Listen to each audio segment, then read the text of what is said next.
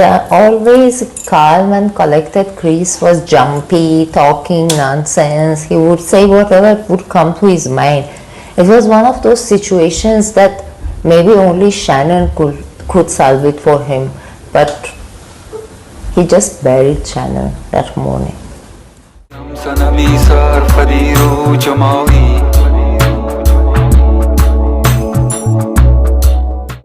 Namaste, Salam Alaikum, and welcome to our channel.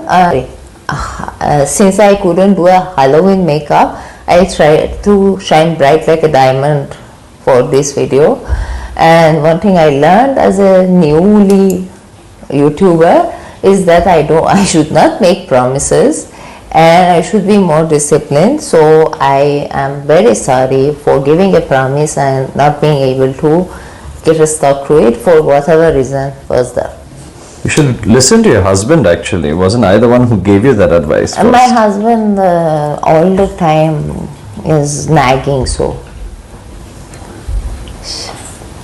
but he's cute, so it's okay. Today's case is about one of the most notorious cases in America. Basically, this case happened in August 2018. And this was the reason that true crime genre became very heated in YouTube, even in documentaries of Netflix and all. Today's case is about the Watts family. Shannan and Chris were both born and raised in North Carolina.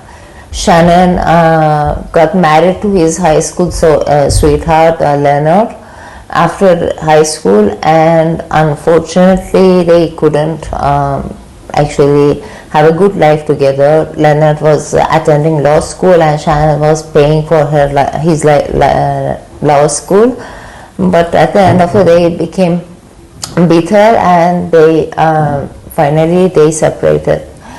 And this thing happened in 2007, and after that Shannan started working for herself. She was a very dominant, self-motivated, very strong woman, and she bought her first home in North Carolina when she was 25. In 2010, one mutual friend of Chris and Shannan told Shannan that I know this guy, he's a good guy, what do you think about dating him? And Shannan's divorce was one of those very bitter divorces, and she still had PTSD after 3 years. So although Chris sent her a friend request in Facebook, she didn't accept the friend request. But so she got divorced in 2007 to her... 2007 from Leonard, she got divorced. Okay. And 2010 is when she got introduced to... She got introduced to Chris, not face to face. So imagine we have a mutual friend. Trying to hook up two mutual Like friends. Bishu comes to me and say I have a friend, right. which would fit you in my opinion. Right. Can I give him your page or something like that? Yeah, because that time Facebook was a way of connecting. There was no way to connect. Probably Snapchat. I think since MySpace. After that, most of the dating is started to happen online through Facebook. Yeah, Facebook, MySpace, and then it became obviously Instagram, Bumble, Tinder, all of those things. Yeah. So first Chris sends the friend request. Shannan doesn't accept. Then Chris sends a message, and apparently he was very good in talking. When they met each other in 2010, Chris was a mechanic, but he would also give motivational speeches about relationship in schools and universities. So they met in 2010 and they connected like this. They started dating each other. It was very nice. They really loved each other. People thought that they are the best couple ever. Everybody but Sydney, Chris's mom. Sydney thought that Shannan is a divorcee and she doesn't love her son enough. So they never got along, never. But at the end in 2012, and they got married to each other in North Carolina, but their plan was to move to Colorado. The actual reason was that Chris, through some friends, had realized that he can make better money there, and they wanted to settle somewhere better. So just before they get married, Chris went there, found a place for them to stay and all. Then they got married and both of them moved to Colorado. Hold on. Have I watched this? Where? What? What I mean is, was there a Netflix show on this? Documentary American Murder, the Family Next Door. You might have watched. On Netflix? Yeah, this is the name of the documentary. No, I mean, you know most of the ones I've watched. So I am telling you, you might have watched it, maybe because you might have watched it before meeting me. This case is... No, I started watching way more true crime after I met you, definitely. I used to just watch a couple of them. But it does sound familiar. Anyway, probably I'll So it is American Murder. Actually, if you like documentaries, it's a very good quality documentary. American Murder, the Family Next Door. So they move in 2012. Before they start dating, Shannan realizes that she has some health problems. Sorry, our neighbors decided to fight. So before they start dating, Shannan has gone through a little a series of problems, and she went for a full checkup. She realized she has health problems, including lupus, and the doctors told her that she cannot have babies ever. And she had told Chris that, and despite that, Chris was in love, so they got married. In 2013, actually, Shannan got pregnant with Bella. It was a very risky pregnancy, but despite that... So you mean they were trying, or she knew she wasn't going to... The thing is, they thought that she is not going to get pregnant. Okay, oh, so it just happened basically. It just happened, but they were the happiest. Like, they were very happy. Like, they never thought that Shannan would get pregnant. They were thinking that, okay, in future we will think about a surrogate or like adoption or something like that. But Shannan got pregnant 1 year after they got married, and Bella was born in 2013.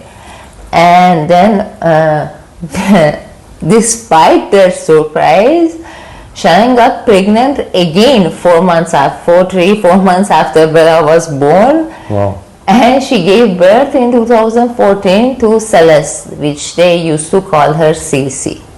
So they had two very, very beautiful little girls. The family was super happy. All of their friends and all would say that they were super happy. What about the mom? Huh? What about Chris's mom? So one of the reasons that they moved away was Chris's mom. Yeah, but like being a grandmother, she was good with that once the kids came in? And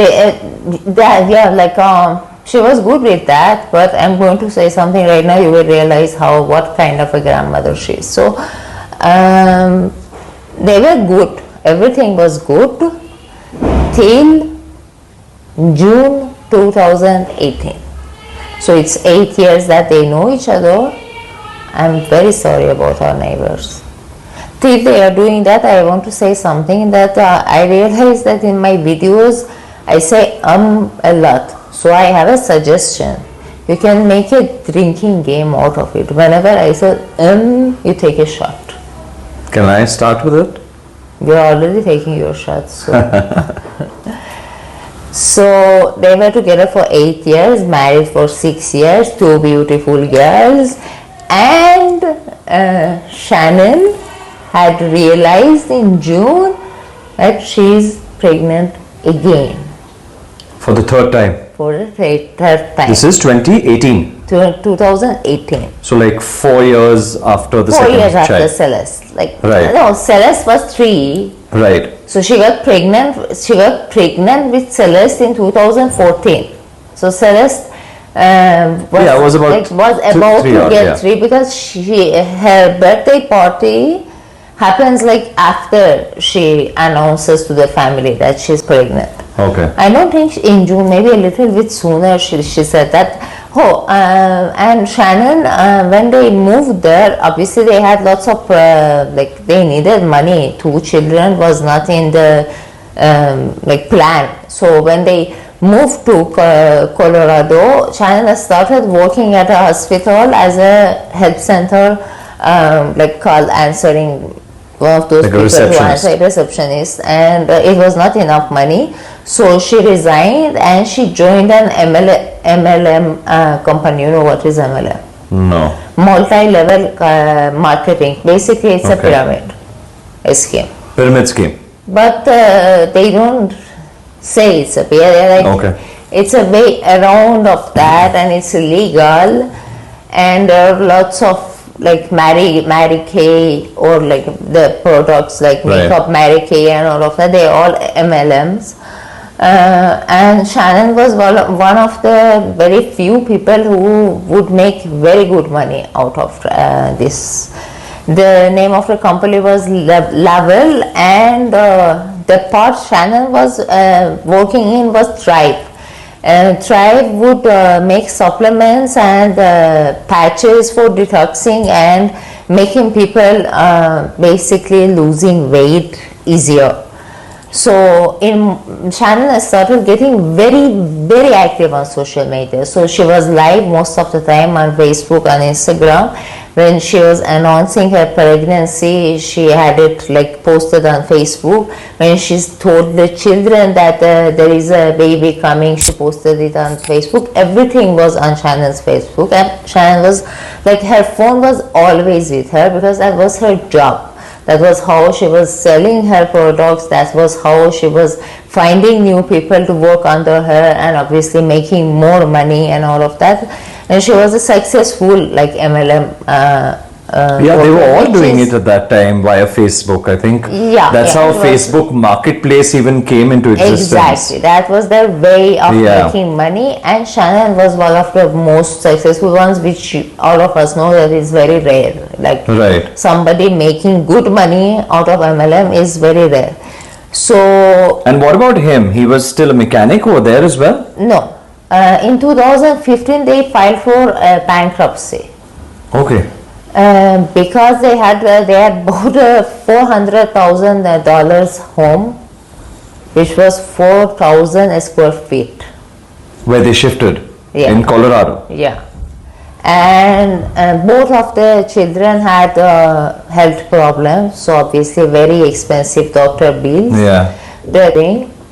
The car which Shannan was driving was under lease, and they basically told the government, we cannot pay for all of this. They filed for bankruptcy, and after that Shannan joined that, and Chris was having problems with his hand, that his hand would get frozen sometimes. So he changed his field and he became a oil company field technician.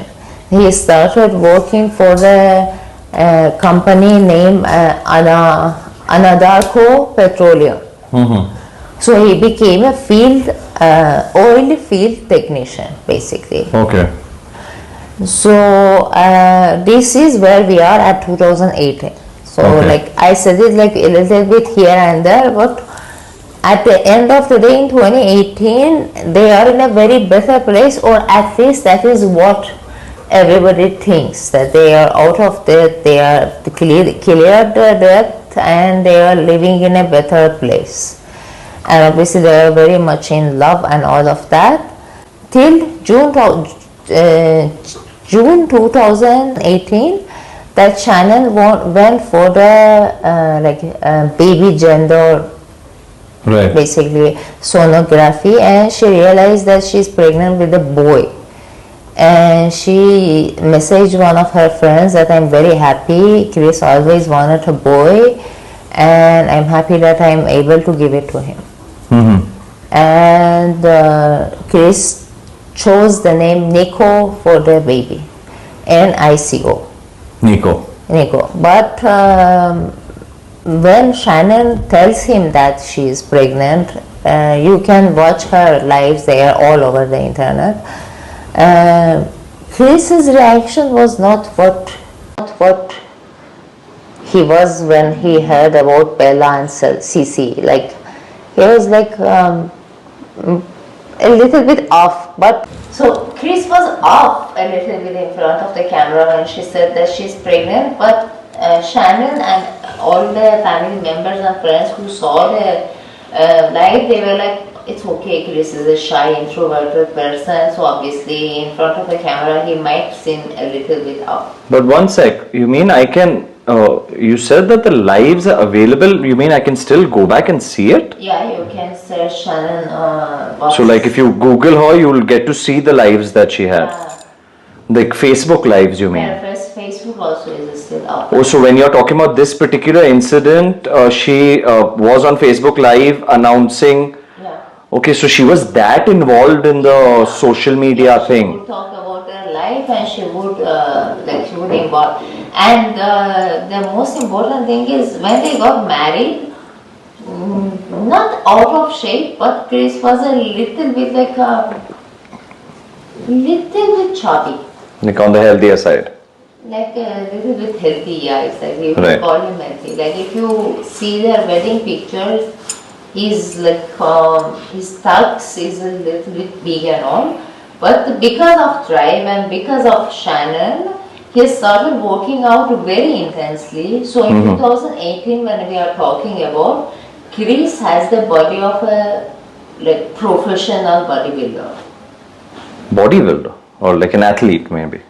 Maybe an athlete, yeah. Like maybe a swimmer. Right, right. But he has 8 packs and Like very totally ripped basically, yeah. Totally ripped, and in most of, like in all of their pictures and videos, either Shannan or Chris was wearing those tribe patches to show that it happened because of that. But obviously it happened because Chris worked out very intensely. And that is the one of the reasons that Sydney thought that Shannan is abusive towards Chris and makes Chris do stuff. But I don't think it's bad to make your husband get raped. So I don't know. Right. You said Shannan, sorry, you meant... Sydney, I said Sydney thought that Shannan is abusive. So the mother-in-law thought that the daughter-in-law is abusive, and is forcing him to get into shape. She's very dominant and she makes him to do stuff and all. Right. So she's not making him do drugs. She's making him work out for himself, and obviously he is an image of her work, and obviously she's selling more because of his body. But it's not like she's making him do something bad. Yeah, she's getting him into a healthier lifestyle. Exactly. So it's okay. They probably heard something. what happened? Rocco Jan, sit. Good boy. So in June, after they realized the baby's gender, they had a plan that mid-June, Bella, Cici and Shannan will go to North Carolina for 6 weeks to see the parents and spend some time, which shows that I think there was a problem in the relationship. Like 6 weeks is a very long time to say, I'm just going to see the parents and all. I think maybe it was like, let's take a break from each other. And the plan was that let's stay 5 weeks, and on the 6th week, Chris will come and they all will come back. So you asked about Sydney being what kind of grandmother? Right. She was a very loving grandmother, but on the other side, she was the type that she thought that whatever Shannan says is garbage. So Cici had a very bad allergy to peanuts. And Sydney thought that Shannan just says this to get attention. So when they were there, she gave ice cream to the children, which was containing peanuts. Thankfully, Shannan saw that, took it out of Cici's hand, and a very big fight broke. And to a point that they think that they won't see each other ever.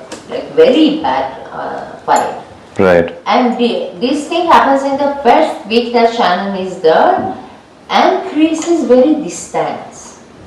Like he is not messaging, he rarely answers to Shannan's messages or calls.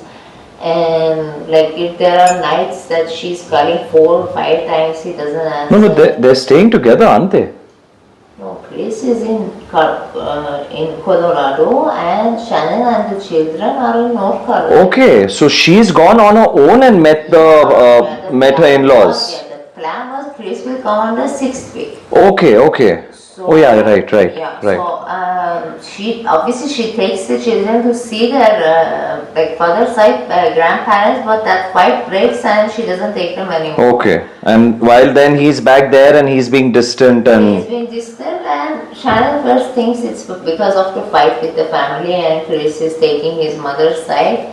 Actually, if you read her messages, it's very sad. She tries to make him understand that whatever danger comes near my children, I react, but I'm sorry, I will try to walk through it if that is the reason that you are distanced. And she's messaging her friends and saying like Chris is very distant, he doesn't answer. And Chris only once answers in a way, like not only once answers, like one of the times he answers, he says, no, I still love you and everything is okay, but I'm exhausted with work. Then the 6th week he comes to the North Carolina. So sorry again. So the messages and everything that was all later on. All online available. So it was court released basically once the case happened. It's a 2,000 page. Okay. Everything is included. So like the WhatsApp messages and all of that. Shannan even writes Chris a letter that I feel like you're distanced, this and that. Right. All of them are available. Okay. So Chris comes at the 6th week, like last week he comes, they spend that 1 week, and during that 1 week Shannan is messaging her friend that I went, took a shower before bed, and he knows what that means. Basically she wanted to be intimate with him, but he avoided it. And 5.5 weeks and no sex means like he is either having problems or he is getting it from somewhere else. Like having an affair basically. So basically her sixth sense was telling her that your husband's behavior is like somebody who is cheating on you. Right. Which is something that happens a lot when the woman is pregnant. Yeah. I mean, the stories we read about it always is that as a case. Yeah. And So that's why her mind also was playing along those terms. that, and what is fact that the most family massacres, like somebody kills all of his family members, happens with the hands of white males in their 30s, in their late 30s. In their 30s. White males. You're saying facts. No, it's a fact. So the numbers basically, that's what you mean. Show that the most family massacres happens with white males in their 30s. So midlife crisis basically. Midlife crisis, I don't want to be married, I don't want children, I want to start new. Right. And obviously divorce in America and Canada and lots of countries, even here, means that you are going to lose lots of money, you have to pay alimony, you have to pay child support and all of that, so they decide. So they take the stupid route basically. Instead of that, they try to erase the family. Wow. So yeah, both of those things. First, she is pregnant, and second, he basically is having an affair. Oh. And he is basically in love with the new girl. So now is the stop for us. We are going to put down the story and pick it up in the next episode. Thank you for watching this episode with us, And thank you for joining us in our journey. And from wherever you are, please engage with our page, put comments, subscribe to the page, share, like. All of these are like free things that can help us, and we will appreciate it a lot. I will see you in the next episode of the exact same story. Namaste. Khora.